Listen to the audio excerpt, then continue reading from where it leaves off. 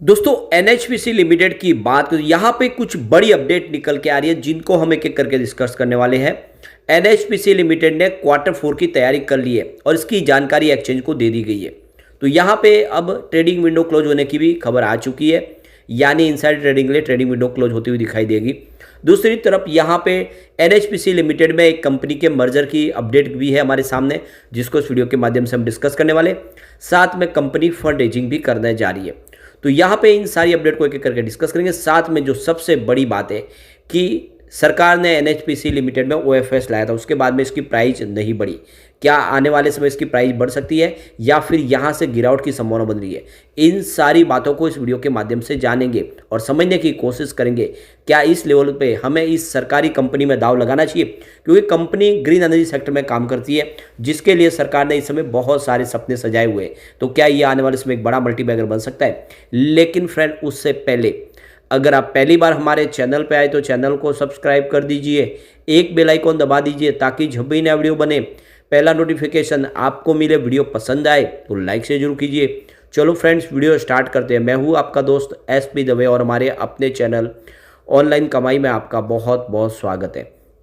तो सबसे पहले एनएचपीसी लिमिटेड के कारोबार की बात कर ले। फ्राइडे को स्टॉक 85.20 पर क्लोजिंग दी थी, जहाँ पे 1.31% की तेजी थी, यानी स्टॉक अब यहाँ से बढ़ने को तैयार होता हुआ दिखाई दे रहा है।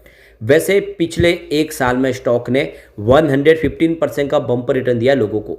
जिसने भी साल भर पहले निवेश किया होगा उसको उसका जो इन्वेस्टमेंट है वो इस समय भी डबल होता हुआ आपको दिखाई देगा, क्योंकि 39 के आसपास की प्राइस थी 24 मार्च 2023 को, जो इस समय 85 के आसपास है। तो आपका जो इन्वेस्टमेंट है वो डबल से ज़्यादा हुआ है। तो साल भर में जिसने निवेश किया है उसको एनएचपीसी में काफ़ी अच्छा रिटर्न मिला है। अगर हम बात कर ले 6 मंथ की, तो 6 मंथ में भी इसने ज़बरदस्त रिटर्न दिया है, करीब 63.06% का शानदार रिटर्न दिया है, क्योंकि स्टॉक 52 के आसपास था 25 सितंबर 2023 को। तो 6 महीने में जिसने भी निवेश किया उसका इन्वेस्टमेंट भी 60% से ज़्यादा बढ़ा है। तो जो भी इसने इन्वेस्टमेंट जिसने थोड़ा लॉन्ग टर्म के लिए उसको नुकसान नहीं हुआ है, लेकिन पिछले महीने भर के अंदर निवेश किया होगा उसको इस समय नुकसान हो रहा है। करीब 7.59% की इस समय आपको लॉस हो रहा होगा, क्योंकि स्टॉक की प्राइस उस समय 92 के आसपास थी, इस समय 85 के आसपास है और ये 115 तक भी जाके आए। तो ऊपर के लेवल से इसमें काफ़ी ज़्यादा करेक्शन भी हुआ है। अब यहाँ पे जो बड़ी अपडेट निकल के आ रही है एनएचपीसी लिमिटेड में, आप देख सकते हो कि इनकी जो सब्सिडीज कंपनी है जल पावर लिमिटेड, उसके मर्जर को लेकर यहाँ पे उसको रजामंदी मिली है। तो इसी की जानकारी एक्सचेंज को दी गई है। यहाँ पे जो स्कीम ऑफ एप्लीकेशन है उसमें देखें तो Jal power corporation limited applicant transfers company, जिसका अब मर्जर एनएचपीसी लिमिटेड में होता हुआ आपको दिखाई देगा। तो ये इसकी सब्सिडीज कंपनी है।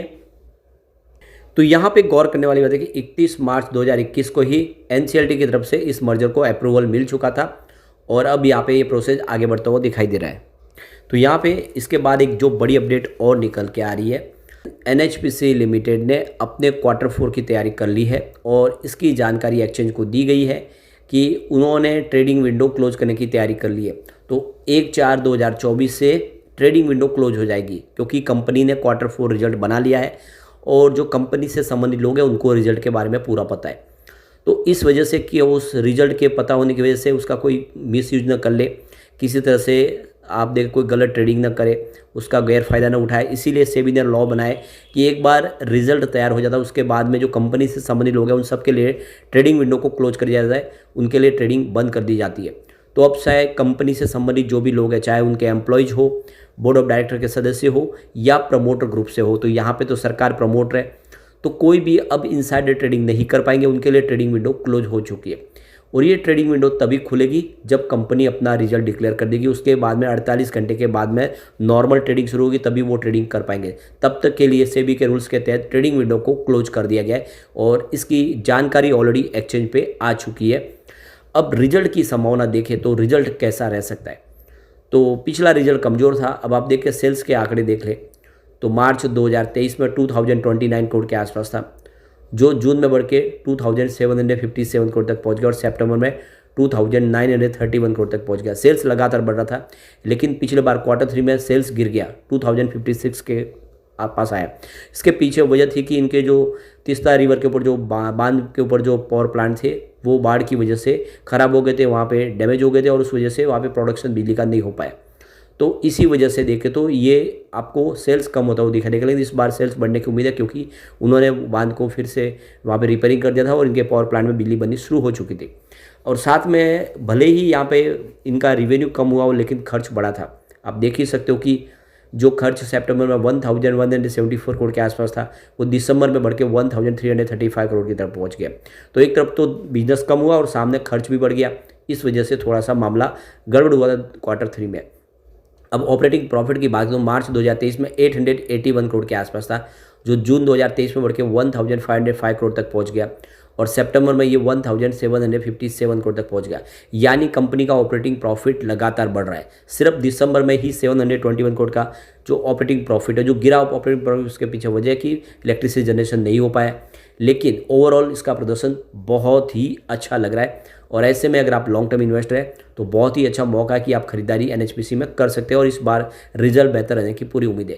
अब आप नेट प्रॉफिट के आंकड़े देख ले तो मार्च 2023 में 719 करोड़ के आसपास टोटल प्रॉफिट था, जो जून 2023 में बढ़ के 1095 करोड़ तक पहुंच गया और सितंबर 2023 आते ये 1693 करोड़ तक पहुंच गया।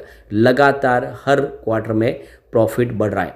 सिर्फ पिछली बार 628 करोड़ का प्रॉफिट हुआ है, तो प्रॉफिट भी गिरा तो उसके पीछे वजह यही है कि इनके पावर प्लांट से बिजली का निर्माण नहीं हुआ, कम से कम 2 महीने 3 महीने उसमें प्रॉब्लम रही और ये नतीजा है कि हमें यहाँ पे आपको प्रॉफिट कम होता हुआ दिखाई देगा। लेकिन इस बार परिपाटी बदलेगी, प्रॉफिट बढ़ेगा तो इस शेयर की प्राइस को कोई रोक नहीं पाएगा। ऐसे में लॉन्ग टर्म इन्वेस्टर के लिए बहुत ही अच्छा मौका है कि आप खरीदारी करें इस लेवल पे, आने वाले समय आपको बेहतर रिटर्न दे सकता है। अब यहाँ पे बार बार सवाल निकल के आता है क्या इसकी प्राइस बढ़ सकती है? तो बिल्कुल बढ़ने की संभावना बहुत ज़्यादा है, क्योंकि सरकार ने इससे पहले जो भी OFS लाया उसके बाद में उस शेयर की प्राइस बहुत ज़बरदस्त बढ़ी है, लगभग डबल से ज़्यादा हुई है। अब SJVN का उदाहरण ले ले, ये भी एक पावर सेक्टर की सरकारी कंपनी है, तो सरकार ने यहाँ पे अपनी 4.92% की स्टेक बेची थी। तो ये देख सकते हो कि सरकार ने 69 की प्राइस से अपने जो OFS लाया था और आप देख सकते हो कि उस OFS आने के बाद इस समय जो प्राइस है यहाँ पे देख सकते हो SJVN लिमिटेड की 122 के आसपास है। तो जो इन्वेस्टमेंट जो किया होगा उसमें आप देख सकते हो कि जो आपका पैसा है लगभग डबल होता हुआ दिखाई देगा। तो ये समझ सकते हो कि OFS लाने के बाद शेयर की प्राइस काफ़ी बढ़ी है। अब ये दूसरी तरफ अगर हम बात कर ले RVNL के अंदर रेल विकास निगम लिमिटेड की, तो सरकार ने यहाँ पर 5.4% की स्टेक बेची है और 119 रुपये की प्राइस से RVNL की स्टेक बेची थी सरकार ने। और यहाँ पे 119 में बेचने के बाद इस समय जो प्राइस है वो देख सकते हो कि 249 के आसपास, 250 का में, यानी उस लेवल से आपका इन्वेस्टमेंट है वो डबल से ज़्यादा होता हुआ दिखाई देगा। तो चाहे SJVN हो या रेल विकास निगम लिमिटेड या दूसरी और भी कंपनियां हो, जिसका भी OFS लाया उसके बाद में उसकी शेयर बहुत तेज़ी से बढ़ी है। तो यहाँ पर भी इसका जो OFS लाया गया है वो देख सकते हो कि 61 की प्राइस से लाया, तो उस हिसाब से अभी भी इसकी जो प्राइस है वो 120-30 तक जाने में कोई बड़ी बात नहीं, आराम से जा सकती है, यानी इस लेवल से प्राइस बहुत जल्द बढ़ सकती है। और दूसरी तरफ देखें तो कंपनी ने यहाँ पे जो एक बड़ा फैसला और किया है, कंपनी अब फंड रेजिंग करने जा रही है अपने बिजनेस को आगे बढ़ाने के लिए। काफ़ी ज़्यादा इनके पास प्रोजेक्ट है, गुजरात में, यूपी में और इसके अलावा राजस्थान में सोलर प्रोजेक्ट कंपनी कर रही है। साथ में आने वाले समय जो सोलर रूफटॉप स्कीम का भी फ़ायदा कंपनी उठाना चाहती है। तो इसीलिए कंपनी ने एक बोर्ड मीटिंग बुलाई है 27/3/2024 को। तो 27 तारीख को देखें तो कंपनी की बोर्ड मीटिंग होगी जिसमें डेट रेजिंग के लिए तैयारी की जाएगी, कोई रास्ता अपना के कंपनी यहाँ पे फंड इकट्ठा करेगी। और ऐसे में आप देख लो कि NHPC लिमिटेड में ये खरीदारी का अच्छा मौका है। लॉन्ग टर्म के लिए आपको निवेश करना चाहिए, प्राइस काफ़ी कम है। आने वाले समय जिस तरह से सोलर सेक्टर में प्रचुर संभावना दिखाई दे रही है, इसकी प्राइस कई गुना बढ़ सकती है। तो लॉन्ग टर्म इन्वेस्टर इसमें निवेश इस लेवल पे आपको बिल्कुल करना चाहिए। लेकिन फ्रेंड, कोई भी इन्वेस्टमेंट करने से पहले अपने फाइनेंशियल एडवाइजर से बड़े ले ले या अपना खुद का रिसर्च करें, क्योंकि मैंने वीडियो आपके एजुकेशनल पर्पज़ के लिए ही बनाया। वीडियो पसंद आए तो लाइक से जरूर कीजिए और चैनल को सब्सक्राइब कर दीजिए। Thank you friend.